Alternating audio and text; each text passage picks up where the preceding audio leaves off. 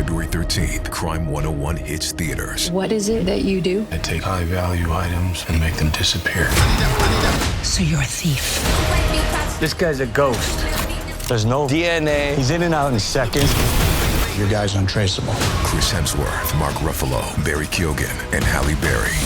One crime connects them all. We're good at this. Yeah. Crime 101, directed by Bart Layton. Rated R, under 17 on admitted without parent. Only in theaters February 13th. The new year brings new health goals and wealth goals. Protecting your identity is an important step. Your info is in endless places that could expose you to identity theft, leading to lost funds. LifeLock monitors millions of data points per second. If your identity is stolen, our restoration specialists will fix it, guaranteed, or your money back. Resolve to make identity health and wealth part of your New Year's goals with LifeLock. Save up to 40% your first year. Visit lifelock.com/podcast. Terms apply. This content may not be suitable for all audiences. Listener discretion advised. I heard him rev up his truck, and he sped around the open field that surrounds the small forest where I was hiding. I dropped to the ground, and a pair of headlights swayed right to where I was. I glanced behind us, and that's when my blood ran cold. The woman was no longer just walking. She was almost running, and she was holding something in her hand. From Killer Podcasts. True tales of horror, bizarre happenings, unexplainable events. This is Disturbed.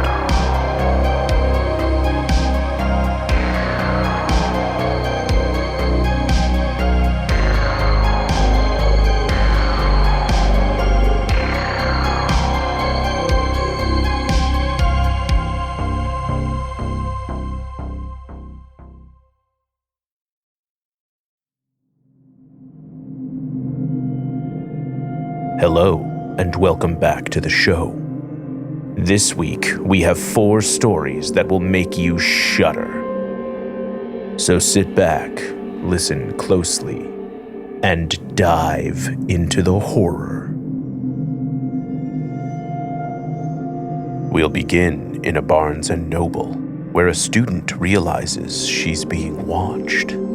Narrated by Dacey Else from Reddit user OKBeyond7697.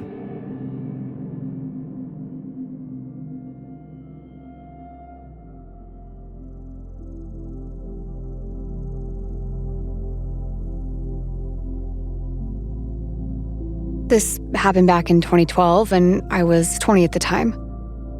It was my second semester of college, and this was just one of those days I just really didn't want to go to class, but still wanted to be productive, so instead I skipped class that day to go to Barnes & Noble at my local town center. I was looking forward to a quiet morning in the cafe with a cozy peppermint mocha and bacon Gouda sandwich and planned to work on a project due at the end of the week. While the town center was always busy with all kinds of shoppers, it was a weekday, so a little less busier than we'd see on a weekend. Still, I couldn't find parking outside of the bookstore nor by the shops nearby, so I had to park my car in the lot that's behind all the shops. It's a big lot with about 5 rows of cars, so I managed to find a spot. I grabbed my laptop bag, locked up the car, and headed inside. I got food and worked for an hour completely undisturbed. Then a guy sat at the table across from me. I'm always hyper aware of my surroundings, so without looking, I could tell this person wasn't sitting with a book or with food. He didn't even pull out a laptop or phone, he just sat there. I never looked directly at him, I just used my peripheral vision to notice these details. Even so, I ignored him at first, deciding maybe he's waiting for someone or even waiting on an order, so I continued my work. Well, this guy didn't move and no one joined him. No order came. He didn't start reading a book or pull out a phone. He just sat there with his hands on the table. I got the sneaking suspicion that I was being watched. You know that creeping feeling you get that crawls up your spine? I felt like it had to be him because he's facing me. But why would he be looking at me? I didn't want to look up and make eye contact with him or give him any idea that I want to engage with him, but I still wanted to confirm my suspicion, so rather than look up towards him, I looked past his shoulder towards the front doors of the shop, once again using my peripheral vision to see him more clearly. He wasn't just looking at me, he's staring at me. This isn't a normal stare either. There was nothing casual about it. It looked hyper-focused and intent, but a bit glassy, the kind of look that your cat might have when looking at a bird or squirrel outside. Predatory. Alarms went off in my head, but I tried to ignore him and went back to what I was doing. This guy continued to just stare at me. He never said anything. He never tried to get my attention or ask for it. He just stared. My palms were starting to sweat, and I couldn't concentrate on my work anymore. I wanted to get out of there, get as far away from this guy as possible. But I knew I couldn't just get up and walk out the door, into a fairly remote parking lot where he could hide behind cars. I needed to ditch this guy. I needed to break away from his field of vision. I also needed to assess just how much in danger I really was. I shut down my laptop and slid it into my backpack. He didn't move. I casually zipped up my backpack and pulled it onto my shoulder as I headed for the restrooms. When I got there, I turned down the aisle beside the restrooms at the last minute, ducking and weaving behind a few customers. I looked behind me and I spotted the guy at the end of the aisle. When he saw me look back, he staggered and quickly ducked behind another aisle. I was being stalked. Now, in hindsight, it might have been safer for me to loudly call him out and drag everyone's attention to him in the store. Looking back, maybe it's what I should have done, but I was young and I was scared and really just wanted to get the hell away from the guy. Besides, if he left, how am I to know he wouldn't be waiting for me somewhere outside? So, I spent a few minutes moving through the aisles of the store, sometimes very quickly just to make sure I lost him. When I was confident he was no longer behind me, I left the store with my keys sticking out in between my knuckles in case I needed to defend myself. I rushed to the car, locked the doors, and pulled out before heading straight home. I was just so relieved that I escaped this guy. I'll never forget the way his eyes looked, though. There was just something primal and inhuman about it. I've never seen anyone else look like that, and I hope I never do again.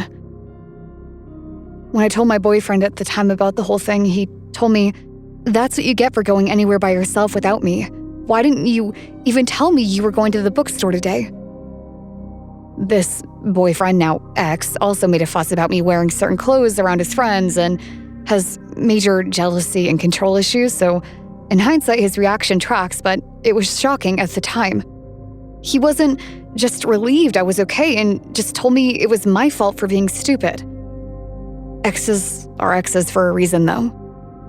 Anyways, it took years before I felt enough confidence to go anywhere by myself again. Up until age 30, I only ever went out with a significant other, friends, or family. But I do go out by myself on occasion. Sometimes you just want to do something nobody else you know is interested in, and you can't let fear of what might happen stop you. Even so, I never leave the house without some form of self-defense on me. And I always try to park close or in a populated area when I do go out alone. It's important to stay vigilant. I haven't run into really any other issues since, but I'll never forget those eyes. Monsters are real.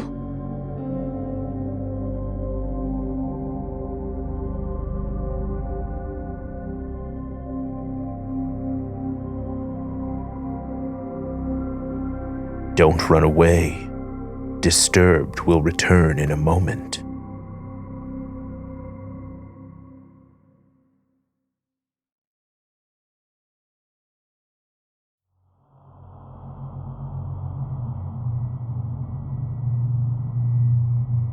In our next story, a boy gets separated from his friends. Alone in the dark, he becomes the perfect prey. Narrated by Timothy French from Reddit user HelpfulAd4075.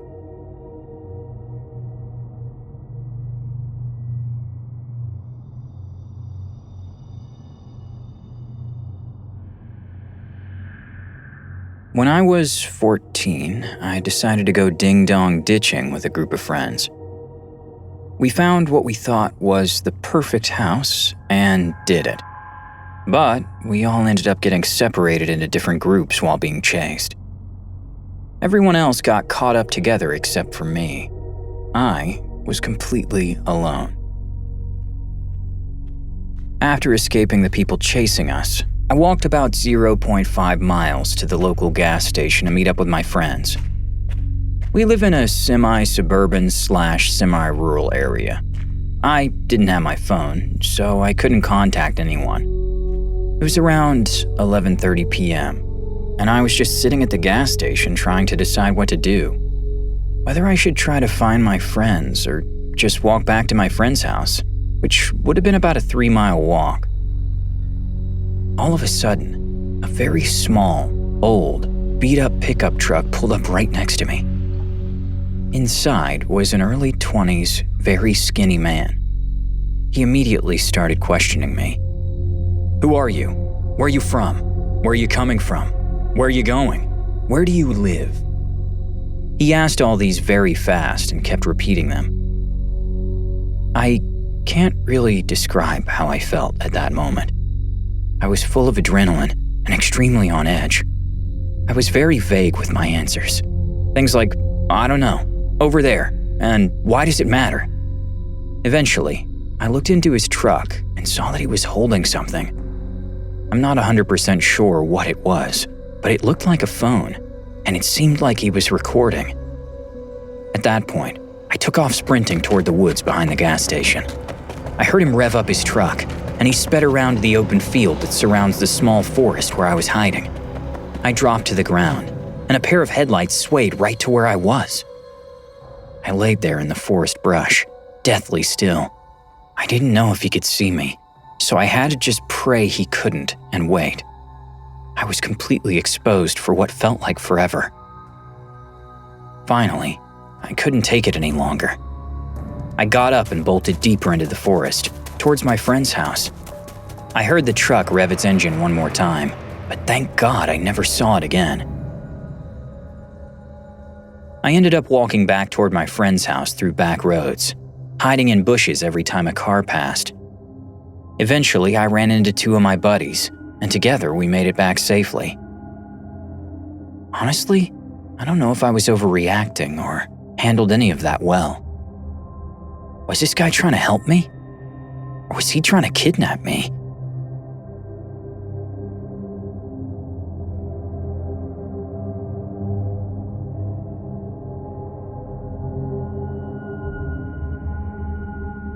Next, a trap is laid in the woods, and an unsuspecting driver falls right in. Narrated by Madeline McDonald, from Reddit user Pizza Zansari.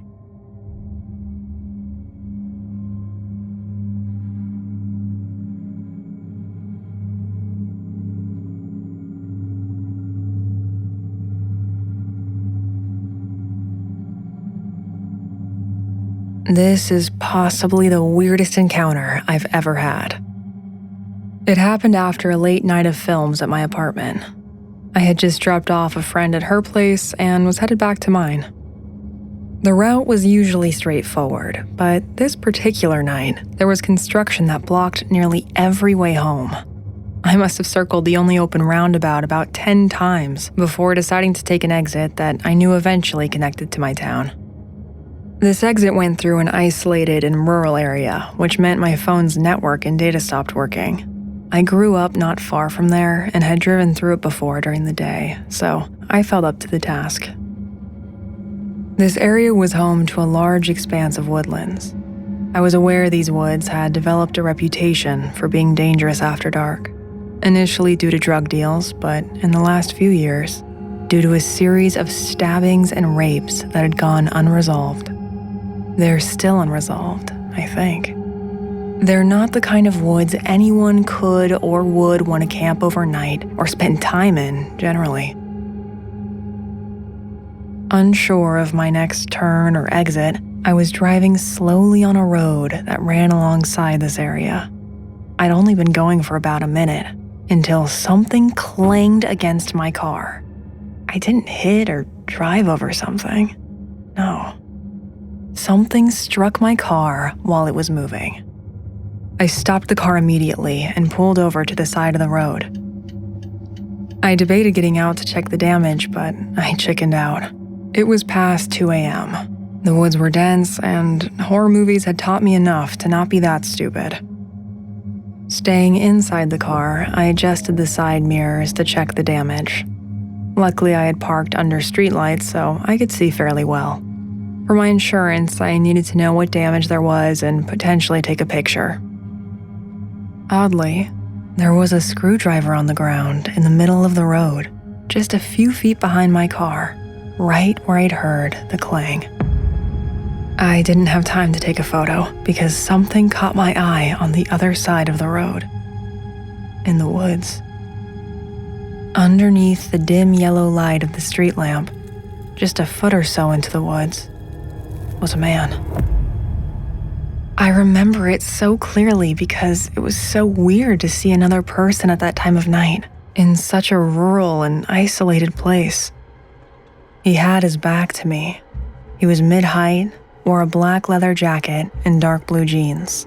His skin, only barely visible, was pale white, and he had reddish hair.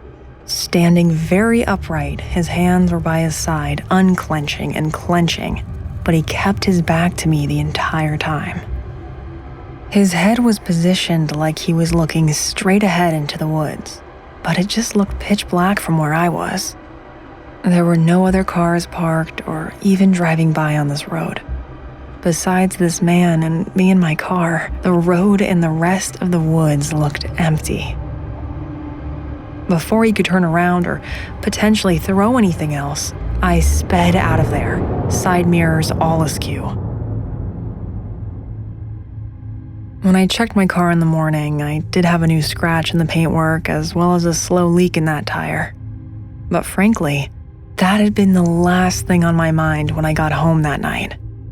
I wonder what would have happened if I'd got out of my car to examine what the damage was. I can't rationalize why anyone would be standing out in those woods at 2 a.m. With his back to me, it all felt very Blair Witch Project.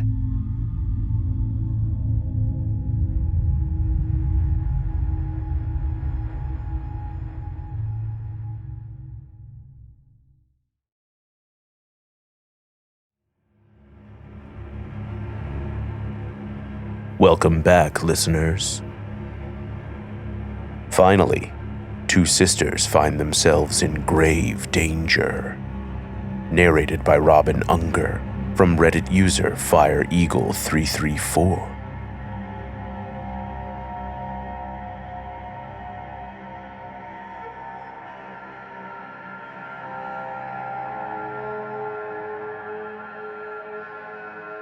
This happened a few years ago when I was about 13 years old, living in the south of France.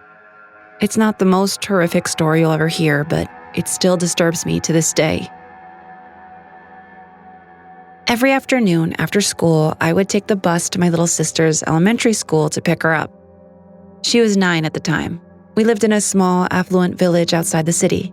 It was quiet, pretty, and known for being very safe. Nothing bad ever happened there.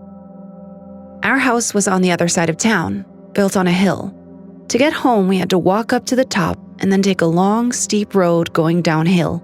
In winter, it gets dark early, and that road had only a lamppost at the top. The rest was pure darkness. That day felt completely normal.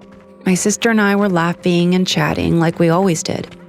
We had taken this path for years, so there was no fear at all. When we reached the top of the hill and started walking down, something suddenly felt wrong. I can't explain it properly, but I had this overwhelming sense of unease, like my body knew something my mind hadn't caught up to yet. Instinctively, I turned around. That's when I saw her. An old woman was walking behind us. I knew almost everyone in that neighborhood, and I'd never seen her before. What immediately struck me was how fast she was walking. Far too fast for someone her age. I was absolutely certain no one had been behind us before. I always paid attention to our surroundings because my sister was so young. When she noticed me looking at her, she smiled. It wasn't a friendly smile. It was unsettling. Something about it made my stomach drop. I'd met hundreds of elderly people in that village, but I had never felt this kind of fear before. I didn't say anything to my sister. I didn't want to scare her. I just kept walking, trying to act normal. At that point, our house was visible in the distance. Suddenly, without explaining anything, I said to her, "Run." She looked confused but trusted me, and we both started sprinting. I glanced behind us, and that's when my blood ran cold. The woman was no longer just walking. She was almost running, and she was holding something in her hand. A knife. I don't even remember thinking. I just moved. I pulled out my keys, opened the gate to our house, shoved my sister inside, and slammed it shut behind us. I told my sister to go into the house immediately while I stayed outside for a moment, shaking, trying to make sure the woman hadn't followed us. That's when I saw it. The shadow of 2 feet under the gate. She was standing there. I knew she couldn't get in. The fence was too tall for anyone to peer over. But I was absolutely terrified. There was a stranger with a knife who had followed 2 children all the way home. After what felt like forever, but was probably 2 minutes, the feet disappeared.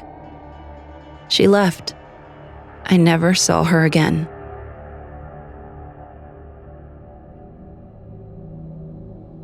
Years later, we moved to the United States. I never told my sister the truth about why we ran that day. She still doesn't know. But I know one thing for sure. If I hadn't trusted that feeling, if I hadn't listened to my instincts, this story could have ended very differently.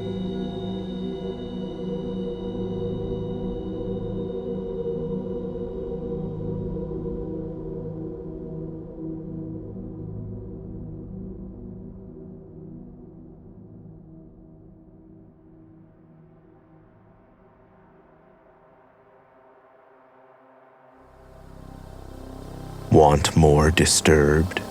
Check out our Patreon for member-exclusive content, early merch access, and other cool perks. I'm your host, Doug Bailey, and this has been Disturbed, a production of Killer Podcasts and part of the Evergreen Network. For more paranormal and true crime shows, visit killerpodcasts.com. Follow our social channels at Disturbed Podcast on Instagram or Disturbed_pod on Twitter. If you enjoyed the show, please consider subscribing and reviewing on your favorite listening platform. Share your own true horror story at disturbedpodcast.com. Music by Epidemic Sound and by Carl Casey at White Bat Audio.